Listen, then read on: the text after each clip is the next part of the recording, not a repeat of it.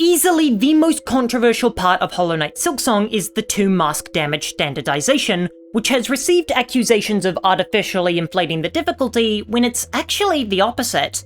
Now, Silksong is almost undeniably harder than the original Hollow Knight, so if we compare the 2 games directly, then that claim holds weight, but within Silksong itself, the 2 masks of damage begin almost immediately with the boss fight against the Bell Beast. For comparison, 2 masks of damage only becomes the standard around White Palace in the original game. This prevents Silksong from suffering the same fate of a tremendous late-game difficulty spike that so many games are plagued with. Instead, by almost immediately launching you into the 2-mask system, it prevents the majority of the game's difficulty feeling like cheap damage inflation. This means deaths are less like statistical punishments and more like mechanical failures that you can learn from. This contrasts sharply with Hollow Knight's approach, where encountering 2-mask bosses like Nightmare King Grim indicated you were crossing a line into a harder tier of boss. In Silksong, there's no psychological moment where you excuse the boss's difficulty because it does more damage. Instead, you have to ask, what am I doing wrong mechanically?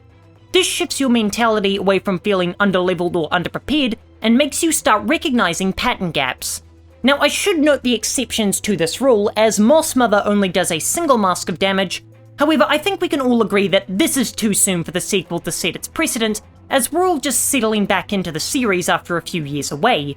And 3 masks of damage is induced by certain devastating attacks from late-game foes such as Silk Mother. However, the telegraphing on these attacks is so blatant that it easily communicates that dodging them is essential.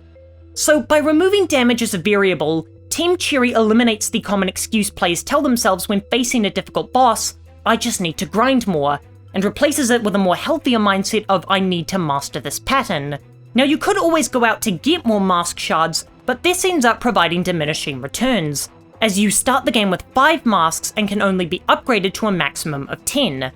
This makes the final mask essentially pointless, as you'll only be able to withstand 5 total hits.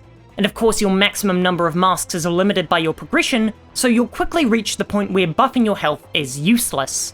All of this is designed to help you attribute success and failure to your own skill, rather than external stat advantages, which is critical for maintaining an engaging difficulty level.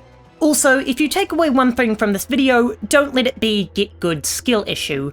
That phrase has become so mired in toxic positivity that anyone who projects that mentality onto strangers on the internet simply isn't worth listening to.